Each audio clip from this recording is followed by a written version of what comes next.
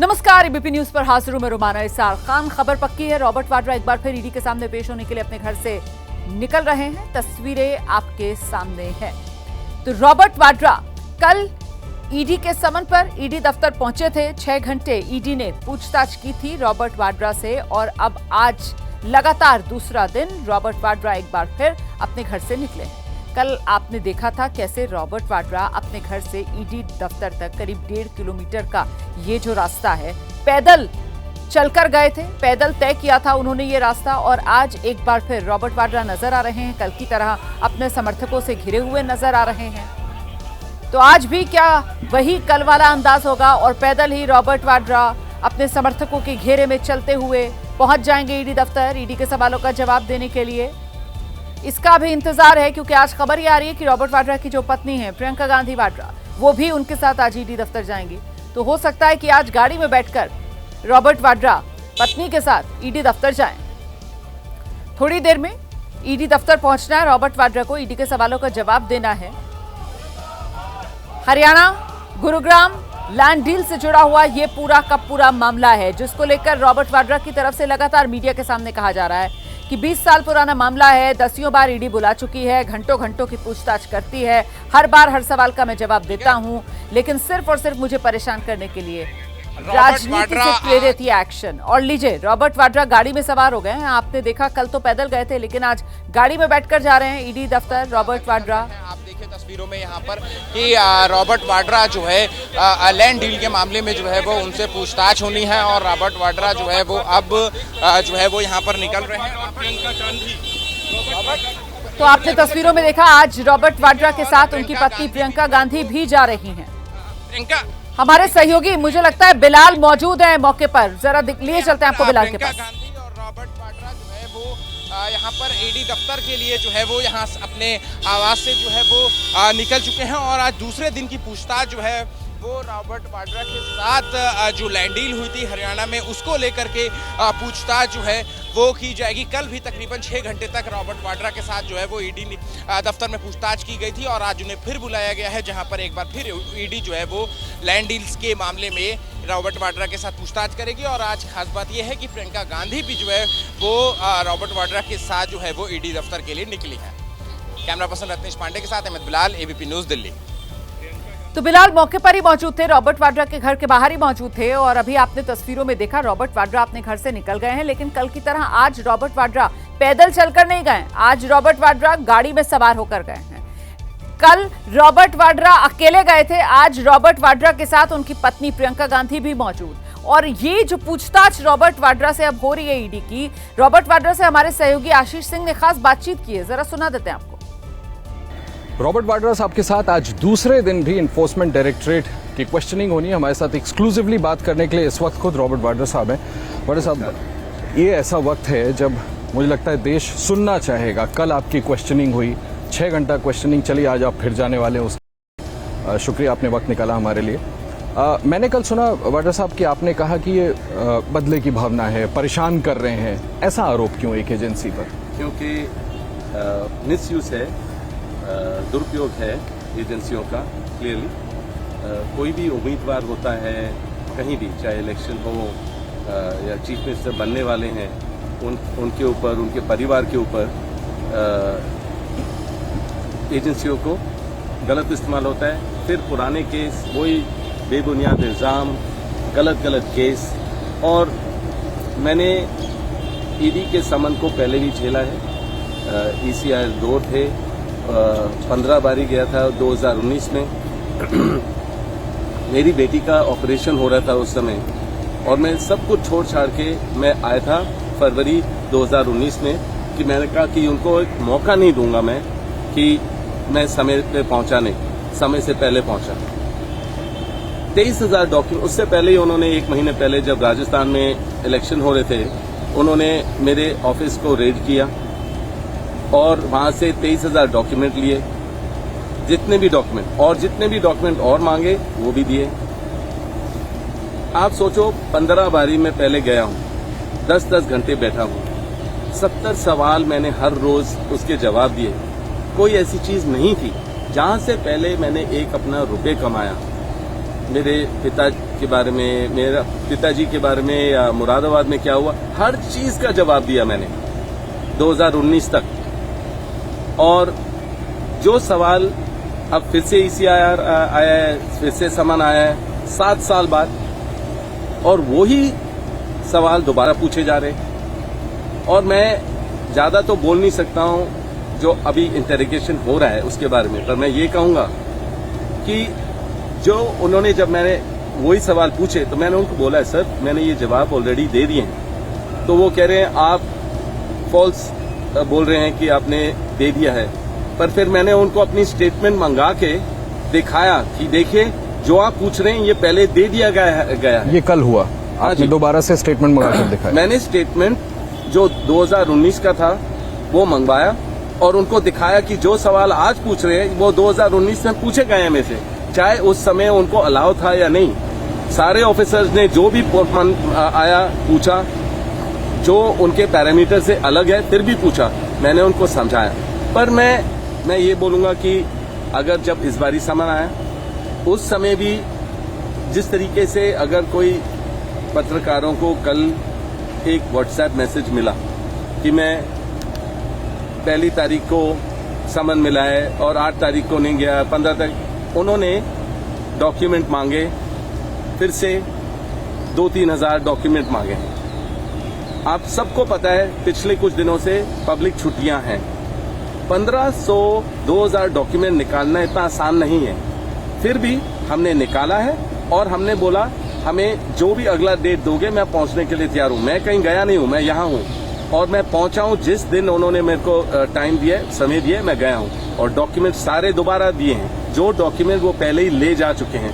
तो मेरे को समझ नहीं है, यही ECIR उस समय 2019 में मेरे को बुलवा लेते और एक नतीजा निकल जाता, ठीक है, पर 7 साल तक खींचा है। और उसके बाद अगर मैं कहता हूं ये दुरुपयोग हो रहा है और अगर मुझे दबाने की कोशिश या मेरे को गलत तरीके से दिखाने की कोशिश की जा रही है, इसलिए बोल रहा हूं क्योंकि लोग चाहते हैं मैं राजनीति में उतरूं। पूरे देश देख रहा है कि मेरे जन्मदिन से पहले मैं हमेशा 10 दिन के लिए गरीबों के साथ होता हूं, अंधे बच्चों के साथ होता हूं, विकलांग बच्चों के साथ होता हूं, मैं हर जगह पहुंचता हूं। अब वो सारा काम जो मैं नेक काम कर रहा हूं वो रुक गया है, ठीक है।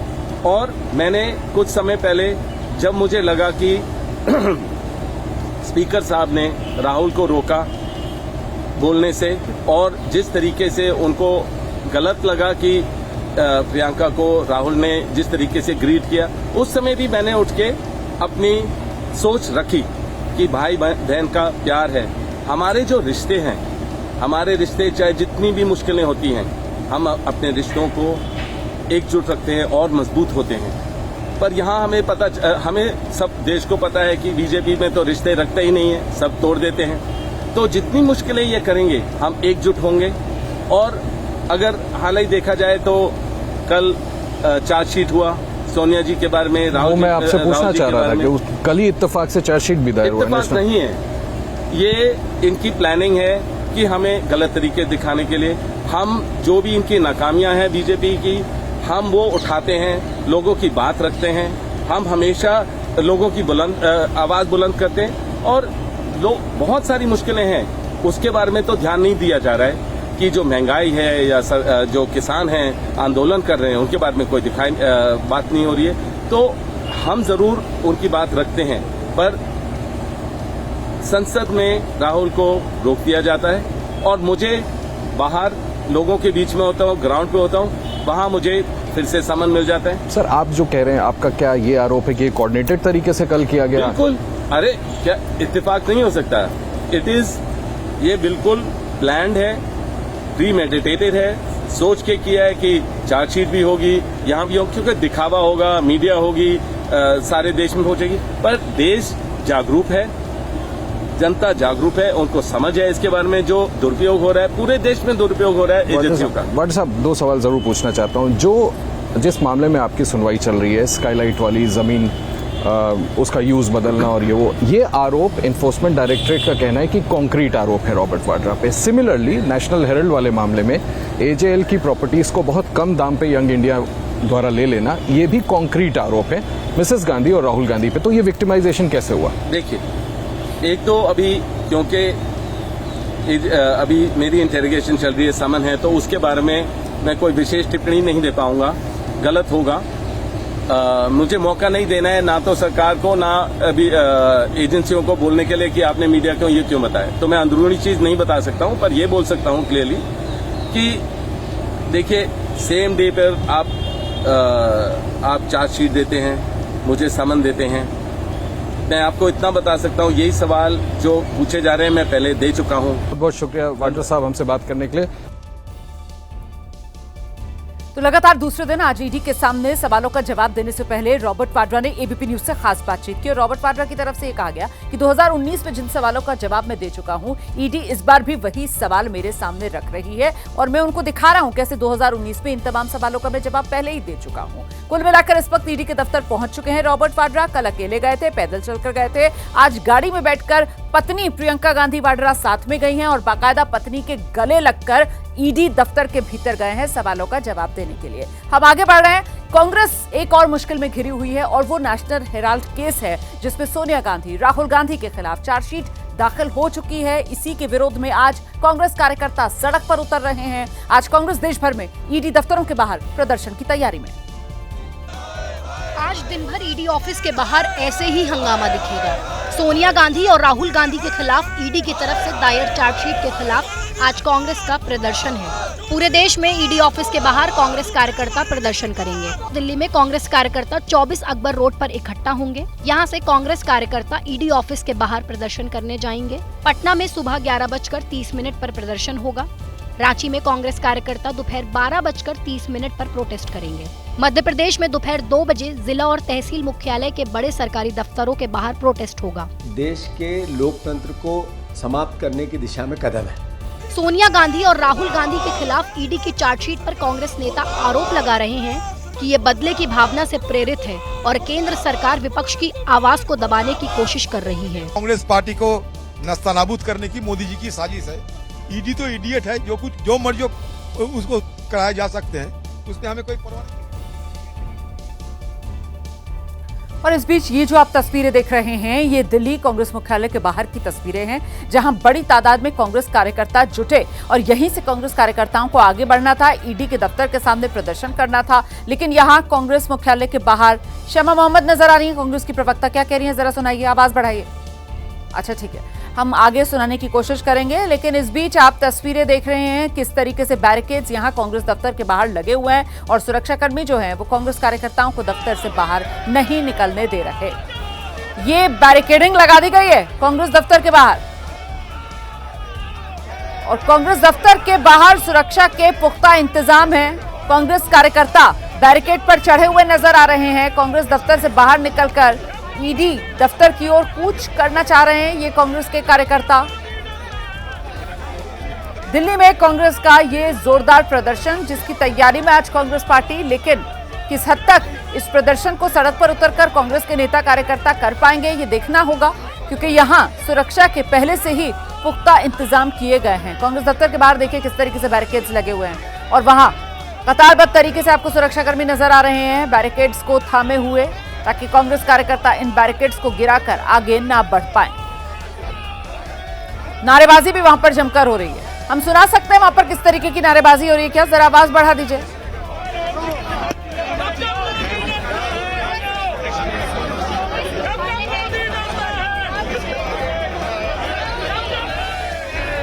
तो सुन रहे हैं आप किस तरीके से केंद्र सरकार को, प्रधानमंत्री नरेंद्र मोदी को निशाने पर लेकर यहां पर नारेबाजी की जा रही है। दरअसल कांग्रेस की तरफ से कहा यही जा रहा है कि ये बदले की राजनीति के तहत जो केंद्र सरकार है वो केंद्रीय एजेंसी का दुरुपयोग कांग्रेस पार्टी के खिलाफ कर रही है। हालांकि केंद्रीय एजेंसी इस मामले में जब जांच करती है तो फिर सोनिया गांधी, राहुल गांधी की तरफ से अदालतों का दरवाजा भी खटखटाया जाता है इस मामले में केंद्रीय एजेंसी की जांच को खारिज करवाने के लिए। लेकिन अदालतों से भी सोनिया गांधी, राहुल गांधी को कोई राहत तो मिली नहीं थी और ऐसे में ईडी ने अपनी जांच आगे बढ़ाते हुए अब जब इस मामले में चार्जशीट दाखिल कर दी है राउज एवेन्यू कोर्ट में, कल ये मामला सामने आया कि ईडी 9 अप्रैल को इस मामले में चार्जशीट दाखिल कर चुकी है और अगली तारीख इस मामले में सुनवाई की 25 अप्रैल तय हुई है। तो फिर आज कांग्रेस की तरफ से ये प्रदर्शन और ये जो प्रदर्शन है वो सिर्फ राजधानी दिल्ली में नहीं बल्कि इसी तरीके की तस्वीरें आपको देश भर में ईडी के जो रीजनल ऑफिसेज हैं, जो रीजनल हेडक्वार्टर्स हैं, वहां पर नजर आएंगे। कांग्रेस ने रणनीति बनाई है। देश भर में ईडी दफ्तरों के बाहर कांग्रेस आज प्रदर्शन करेगी। कांग्रेस की तरफ से कहा जा रहा है कि ये बदले की राजनीति है जो मोदी सरकार कर रही है कांग्रेस के नेताओं के खिलाफ। बीजेपी की तरफ से कहा जा रहा है कि मामला सीधा सीधा भ्रष्टाचार से जुड़ा हुआ है और ऐसे में क्या कानून अपना काम ना करे, ये सवाल बीजेपी की तरफ से पूछा जा रहा है।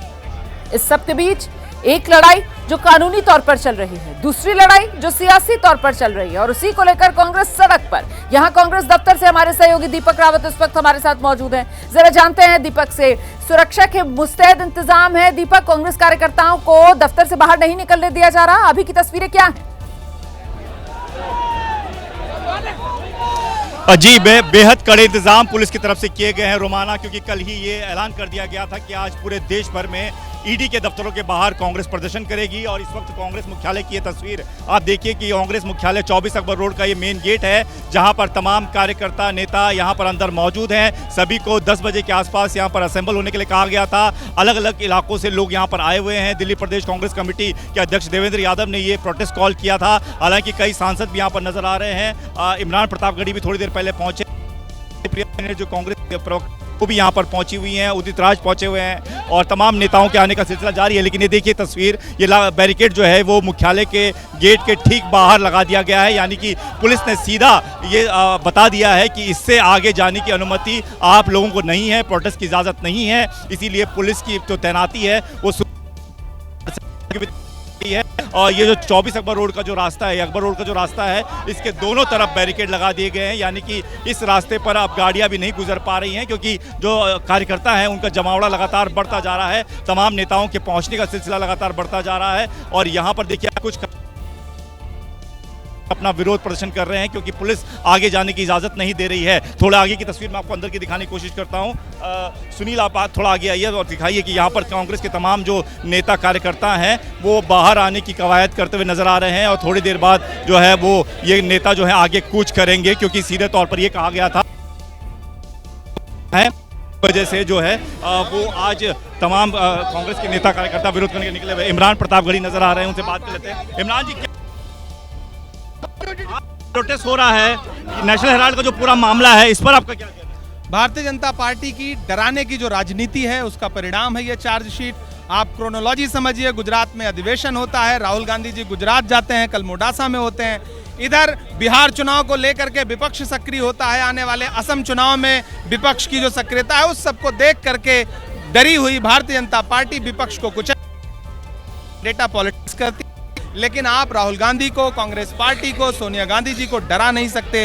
ये परिवार वो परिवार है जिसने इस देश पे अपना खून दिया है, अपनी जान कुर्बान की, अपनी संपत्तियां देश के लिए दान की है। आपका कोई भी आरोप टिक नहीं सकता। लेकिन ये कहा जा रहा है ना कि एजेंसी जांच कर रही है, एजेंसी कर रही है, इतना का हंगामा क्यों? जांच जो हो जाएगा कोर्ट में साफ हो जाएगा क्या सच है। ठीक है, हम तो कानून का पालन कर ही रहे हैं।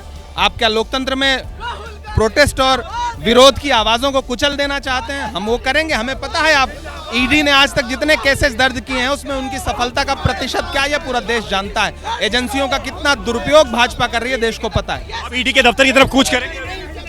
बिल्कुल, हमारी पार्टी का जो निर्देश होगा, तमाम लोग यहाँ इकट्ठा हैं, हम आपको सूचित कर देंगे। आप तो यहाँ मौजूद ही रहेंगे ना, आप सारे मूवमेंट पे नजर रख ही रहे हैं।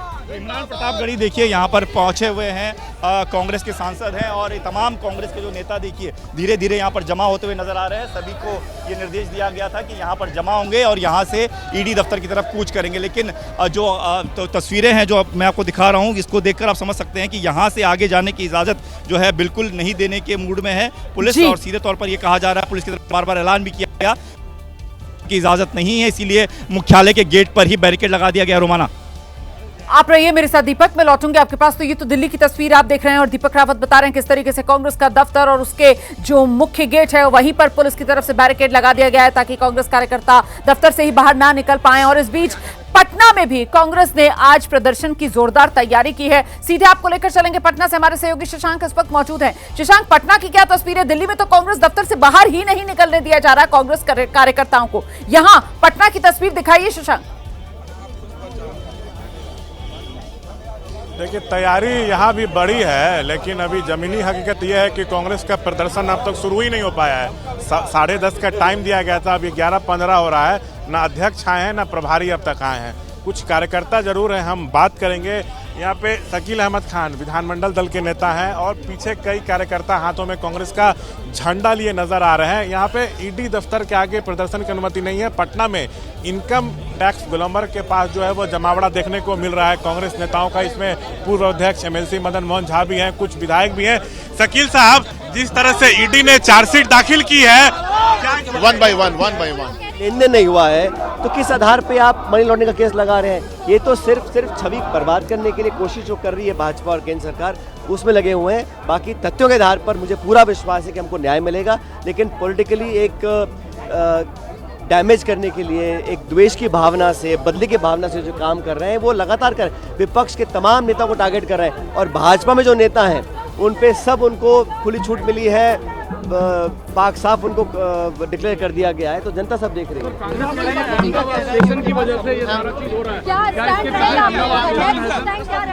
आपको क्यों लग रहा है कि राजनीतिक द्वेष की भावना से कार्रवाई हो रही है? इसके पीछे अहमदाबाद सेशन है सर। सचिन पायलट को आप सुन रहे थे, कांग्रेस के नेता हैं, वो भी दिल्ली में पार्टी मुख्यालय पहुंचे हैं और देखिए सचिन पायलट की तरफ से कहा जा रहा है कि साहब ये सिर्फ और सिर्फ जो छवि है कांग्रेस के नेतृत्व की, उसे खराब करने के लिए इस तरीके की कार्रवाई ईडी के जरिए केंद्र सरकार, मोदी सरकार करवा रही है। शशांक के पास आपको एक बार फिर से लेकर चलेंगे। शशांक, मतलब पटना में कांग्रेस मुख्यालय से बाहर इस वक्त कांग्रेस कार्यकर्ता जहां उनको प्रदर्शन करना है उसी स्थल के नजदीक पहुंच चुके हैं। अभी का अपडेट यही है और इंतजार किया जा रहा है कुछ और बड़े नेताओं का। उसके बाद ये आगे कूच करने की कोशिश करेंगे क्या यहां पटना में? शशांक,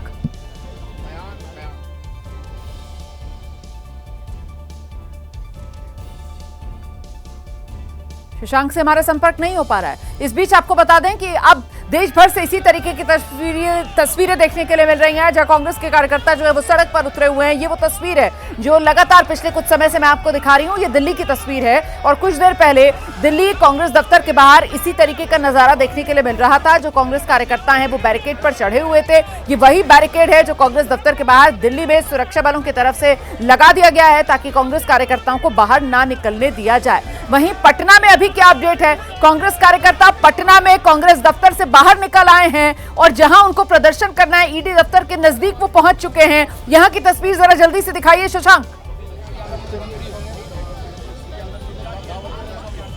देखिए, कांग्रेस के जितने भी नेता हैं पटना में इनकम टैक्स चौराहे पर जो है वो इकट्ठा हुए हैं। यहीं पे प्रभारी जो है कृष्णा अल्लावरू पहुंचेंगे, प्रदेश अध्यक्ष राजेश राम आएंगे, अब तक आए नहीं है। लेकिन जो विधानमंडल दल के नेता हैं शकील खान और साथ में जो अन्य कुछ बड़े चेहरे हैं वो यहाँ पर मौजूद हैं। कांग्रेस के कार्यकर्ता भी हैं, हाथों में बैनर पोस्टर है, अपने प्रभारी और अध्यक्ष का वो इंतजार कर रहे हैं। हम बात भी करेंगे। आप लोग हाथों में झंडा, बैनर, पोस्टर लेकर आए हैं। जिस तरह से ईडी ने चार्जशीट दाखिल की है, इसमें क्या कहना चाहेंगे? ईडी जो चार्जशीट दाखिल किया है यह देश के जनता का आक्रोश है। देश के पूरे जनता घर घर से आक्रोश के रूप में निकलने की तैयारी कर रही है। ईडी अपना चार्जशीट वापस ले, अगर वापस नहीं लेती है तो देश के एक एक नौजवान, एक एक लोग आगे बढ़ने का काम करें। अच्छा, ये बताइए, बिहार में भी चुनाव होना है तो क्या इसको आप लोग चुनाव से भी जोड़ कर देख रहे हैं? बिल्कुल, ये तो उनका सगल हो गया है। जहाँ जहाँ चुनाव वहाँ ईडी, सीबीआई, इन्फोर्समेंट डायरेक्शन का एक्शन होता है विरोधी पार्टी पर और मैनिपुलेट करते हैं, विपक्षी पार्टी को बदनाम करके अपना सत्ता का दुरुपयोग करते हैं। अच्छा, आप लोगों को तो ईडी दफ्तर पे प्रदर्शन करना था ना, तो आप लोग इनकम टैक्स गोलंबर पे क्यों खड़े हैं? नहीं, देखिए, ईडी के दफ्तर पर प्रदर्शन नहीं करना है, वो तो एक है सांकेतिक है। प्रदर्शन तो नरेंद्र मोदी और अमित शाह के एक्शन के खिलाफ करना है, जो देश को तोड़ना चाहते हैं। कांग्रेस को लग रहा है कि जांच एजेंसियों का दुरुपयोग हो रहा है। अरे दुरुपयोग कांग्रेस का जब शासन काल था तो उन पर भी तो यही ना आरोप लगता था। नहीं, देखिए, आरोप लगता था, लेकिन आरोप फर्क है ना। ये आरोप, ये तो डिक्टेटरशिप चला रहे हैं, तानाशाही चला। आप यहाँ ठीक है शशांक, नजर बनाकर रखिएगा। तो फिलहाल बिहार पटना में अभी ये प्रदर्शन शुरू नहीं हो पाया है। दिल्ली में कांग्रेस कार्यकर्ता बड़ी संख्या में डटे हुए हैं, निकलना चाह रहे हैं, लेकिन वहां पर सुरक्षा बल मुस्तैद हैं और कांग्रेस कार्यकर्ताओं को उनके दफ्तर से बाहर नहीं निकलने दिया जा रहा है। इस बीच हम अगली खबर का रुख कर रहे हैं। नासिक में अवैध दरगाह हटाने गई नगर निगम की टीम और पुलिस पर बीती रात पथराव कर दिया गया। भीड़ तितर बितर करने के लिए पुलिस ने भी आंसू गैस के गोले दागे। दरगाह हटाने का काम आज सुबह से फिर शुरू किया गया।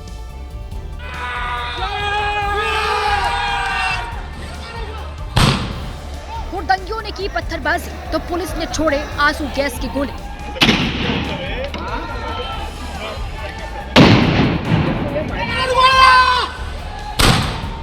तस्वीरें नासिक के कांटे गली इलाके की हैं, जहां अवैध घोषित की गई दरगाह को हटाने नगर निगम और पुलिस की टीम गई तो बवाल मच गया। भीड़ ने विरोध शुरू कर दिया और जमकर तोड़फोड़ की, कई गाड़ियों को नुकसान पहुंचाया। देर रात 11:30 बजे पत्थरबाजी शुरू हो गई। जवाब में पुलिस को कार्रवाई करनी पड़ी और काफी मशक्कत के बाद हालात काबू में आए। भीड़ के उपद्रव में 31 पुलिसकर्मी और नगर निगम के कर्मचारी घायल हुए। रात को तकरीबन 11:30 बजे प्रतिष्ठित नागरिक वहां पर आए हुए थे, ट्रस्टी वहां पे आए हुए थे। उसी समय उस्मानिया चौक के बाजू से एक जमाव वहां पे आया और उन्होंने इस बात का विरोध किया। उनको समझाने के लिए दरगाह के ट्रस्टी और प्रतिष्ठित नागरिक वहां पर गए, लेकिन उन्होंने उनकी भी बात नहीं सुनी। इसके ऊपर उन्होंने वहां पर पथराव करना शुरू किया, इसलिए उनके ऊपर सौम्य बल का प्रयोग करके उनको वहां से भगा दिया गया। 15 लोगों को अब तक हिरासत में ले लिया गया है जो आरोपी थे। उनकी 57 मोटरसाइकिल भी जब्त की गई है। अवैध दरगाह को हटाने के लिए नगर निगम ने नोटिस दिया था और 23 फरवरी को कुछ अवैध हिस्से हटाए गए थे, जिसके बाद दरगाह ट्रस्ट ने मुंबई हाईकोर्ट में याचिका दाखिल की। मुंबई हाईकोर्ट ने भी कहा दरगाह अवैध तरीके से बनी। 1 अप्रैल को नगर निगम ने अतिक्रमण हटाने को कहा। नगर निगम ने 15 दिन के भीतर अतिक्रमण हटाने को कहा। नगर निगम ने दरगाह की दीवार पर नोटिस लगाया। ट्रस्ट ने अतिक्रमण नहीं हटाया तो नगर निगम की कार्रवाई शुरू हुई। रात हुए तनाव के बाद पुलिस ने सड़क पर ट्रैफिक का रूट डाइवर्ट कर दिया और अतिक्रमण हटाने के लिए बुलडोजर लगा दिया। पुलिस ने भारी सुरक्षा व्यवस्था तैनात कर दी है। पिछले महीने ही इसके बारे में हिंदू संगठन की ओर से आंदोलन किया गया था। पिछले कई साल से ये अनधिकृत अतिक्रमण हटाने की मांग की जा रही थी, लेकिन ये मामला वक्फ बोर्ड के साथ साथ मुंबई हाईकोर्ट में भी चला था। ये नोटिस का पीरियड खत्म होने के बाद देर रात से ही ये कार्रवाई शुरू की गई है। धर्मगुरु और प्रशासन के अधिकारी इनके संयुक्त कार्रवाई के अनुसार ही ये अभी मलबा हटाने का काम किया गया है, जिसके चलते अगले 3 दिन तक यहाँ का रास्ता पूरी तरह से बंद किया जाने वाला है। खबर पक्की है, नए वक्फ कानून के खिलाफ दायर याचिकाओं पर आज सुप्रीम कोर्ट में सुनवाई है। चीफ जस्टिस की बेंच इन याचिकाओं पर सुनवाई करेगी। केंद्र सरकार ने इस मामले में पहले ही कैविएट लगा रखी है। सड़क पर नए वक्फ कानून के खिलाफ हो रहे विरोध प्रदर्शन के बीच आज से सुप्रीम कोर्ट में भी कानूनी जंग शुरू हो रही है। सुप्रीम कोर्ट में दोपहर 2 बजे सुनवाई होगी। चीफ जस्टिस की बेंच याचिकाओं पर सुनवाई करेगी। बेंच ने chief justice Sanjeev Khanna, justice Sanjay Kumar और केवी विश्वनाथन शामिल हैं। कुल 72 याचिकाएं सुनवाई के लिए लिस्ट की गई हैं। नए वक्फ कानून के खिलाफ दायर याचिकाओं में इसे संविधान के अनुच्छेद 14, 15, 25, 26 और 29 का उल्लंघन बताया है। याचिकाकर्ताओं ने कानून में बदलाव को अनुच्छेद 300A यानी संपत्ति के अधिकार के खिलाफ बताया है। केंद्र सरकार ने पहले ही सुप्रीम कोर्ट में कैविएट दायर की है। इसी बीच सुप्रीम कोर्ट में 7 राज्यों में नए वक्फ कानून के समर्थन में आवेदन दाखिल किया गया है। मध्य प्रदेश, राजस्थान, हरियाणा, महाराष्ट्र, उत्तराखंड, असम और छत्तीसगढ़ में नए वक्फ कानून का समर्थन किया है। कुछ आदिवासी संगठनों ने भी नए वक्फ कानून का समर्थन किया है। ये जो नया वक्फ कानून है, इसके विरोध के नाम पर मुर्शिदाबाद में हुई हिंसा के बाद हालात फिलहाल कंट्रोल में हैं। केंद्रीय सुरक्षा बलों की तैनाती के बाद इलाके में अब शांति है। राष्ट्रीय मानवाधिकार आयोग की टीम हिंसा की जांच के लिए मुर्शिदाबाद पहुंचेगी। मुर्शिदाबाद में हिंसा रोकने के लिए बीएसएफ, सीआरपीएफ, आरएएफ के जवान मुस्तैद हैं। केंद्रीय सुरक्षा बलों की मुस्तैदी के कारण जंगीपुर, धुलियान, सूती और शमशेरगंज में शांति है। पुलिस ने हिंसा के आरोप में अब तक 221 लोगों को अरेस्ट किया है। वहीं हिंसा को लेकर ममता बनर्जी सरकार विपक्ष के निशाने पर है। कानून देश में बदला है, उसके विरोध में पूरे देश व्यापी आंदोलन हो रहा है। ममता बनर्जी की सरकार यहाँ पे चूंकि फंसी हुई है, इसलिए तृणमूल कांग्रेस और बीजेपी दोनों ताल मिल करके ये फसाद संगठित किए, वरना पूरे देश में होता। मुर्शिदाबाद में क्यों हुआ? इस बीच मुर्शिदाबाद में हुई हिंसा की जांच के लिए राष्ट्रीय मानवाधिकार आयोग ने अपनी टीम भेजने का फैसला किया है। ये टीम 3 हफ्तों में अपनी रिपोर्ट सौंपेगी। टीम स्थानीय लोगों से मिलकर हिंसा के कारणों की जांच करेगी। वहीं कांग्रेस नेता अधीर रंजन चौधरी ने मुर्शिदाबाद पहुंचकर हिंसा पीड़ित लोगों से मुलाकात की। अस्पताल में दर्ज हुआ है बहुत सारे घायल लोगों गोली से शामजरगंज की घटना के चलते। लेकिन पुलिस छुपा रहे हैं, कुछ कहते नहीं, सरकार पुलिस कुछ कहते नहीं। तस्वीरें मैं आपको दिखा देती हूं। देश की राजधानी दिल्ली से कांग्रेस पार्टी प्रदर्शन के लिए दिल्ली में सड़कों पर उतरी हुई है और ईडी दफ्तर की तरफ आगे बढ़ने के लिए जब कांग्रेस कार्यकर्ता सड़क पर प्रदर्शन कर रहे हैं तो पुलिस की ये मुस्तैदी आपके सामने है। कांग्रेस कार्यकर्ताओं को डिटेन किया जा रहा है, हिरासत में लेकर यहां से हटाया जा रहा है। दिल्ली कांग्रेस दफ्तर के बाहर की ये तस्वीरें आपके सामने। बड़ी तादाद में यहां पर कांग्रेस कार्यकर्ता जुट रहे थे और ऐसे में अब पुलिस के साथ उनकी कुछ झड़प सी भी होती हुई यहां पर नजर आ रही है। देखिए किस तरीके से पुलिस जो है वो कांग्रेस कार्यकर्ताओं को जो यहां कांग्रेस मुख्यालय के सामने जुट रहे थे उन्हें यहां से हटा रही है। कांग्रेस कह रही है कि हम सच्चाई के लिए लड़ते रहेंगे। कांग्रेस कह रही है कि ये केंद्रीय एजेंसियों का दुरुपयोग है जो केंद्र सरकार की तरफ से किया जा रहा है। मोदी सरकार को कटघरे में कांग्रेस पार्टी खड़ा कर रही है। वहीं बीजेपी की तरफ से कहा जा रहा है कि केंद्रीय एजेंसी अपना काम कर रही है, ये देश कानून से चलेगा और कानून को क्या अपना काम नहीं करना चाहिए। फिलहाल कांग्रेस कार्यकर्ताओं को पुलिस यहां खदेड़ते हुए 24 अकबर रोड के बाहर की तस्वीरें आपके सामने हैं। कांग्रेस का दफ्तर है यहां पर और यहीं से फिलहाल पुलिस कांग्रेस कार्यकर्ताओं को खदेड़ रही है। बड़ी तादाद में दिल्ली के अलग अलग हिस्सों से कांग्रेस कार्यकर्ता यहां पहुंच रहे थे 24 अकबर रोड पर और फिर यहीं से कांग्रेस कार्यकर्ताओं को ईडी दफ्तर की तरफ कूच करना था, ईडी दफ्तर के सामने जाकर प्रदर्शन करना था। लेकिन फिलहाल भीड़ को हटाती हुई यहां 24 अकबर रोड से पुलिस, बसों का इंतजाम पहले से था, डिटेन किया जा रहा है। हिरासत में लेकर इन कांग्रेसी कार्यकर्ताओं को पुलिस यहां से हटा रही है। आपको कांग्रेस दफ्तर लिए चलती हूं, दिल्ली कांग्रेस दफ्तर, जहां से कांग्रेस कार्यकर्ताओं को हटाने का काम इस वक्त पुलिस की तरफ से किया जा रहा है। ईडी ने जिस तरीके से चार्जशीट दाखिल की है जिसमें आरोपी नंबर 1 सोनिया गांधी, आरोपी नंबर 2 राहुल गांधी, उसी के विरोध में कांग्रेस कार्यकर्ता आज सड़कों पर उतरे हुए हैं। पुलिस की तरफ से इंतजाम पुख्ता किए गए और अब पुलिस जो है वो कांग्रेस कार्यकर्ता नेता जो सड़क पर उतरकर ईडी दफ्तर तक कूच करने की तैयारी में थे उन्हें डिटेन कर रहे हैं। सीधे आपको लेकर चलेंगे, हमारे साथ हमारे सहयोगी जैनेंद्र इस वक्त मौजूद हैं। जैनेंद्र, किस तरीके की तस्वीरें देखने के लिए मिल रही हैं इस वक्त? इमरान प्रतापगढ़ी जैसे नेता है बात करने के लिए।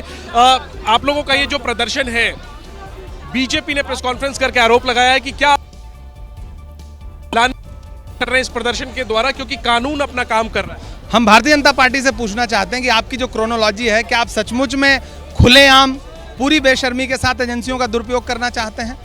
क्योंकि अभी गुजरात में अधिवेशन हुआ कांग्रेस पार्टी का शानदार और राहुल गांधी जी गुजरात पहुंचते हैं, उसके बीच में बिहार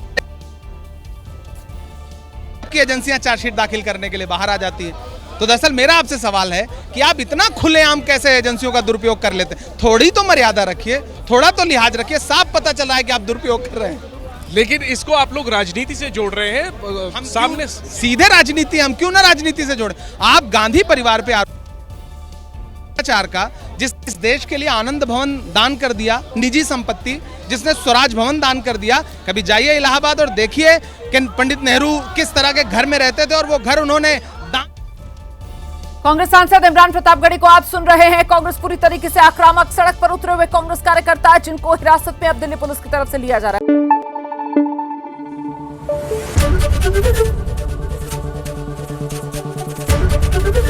एबीपी न्यूज आपको रखे आगे।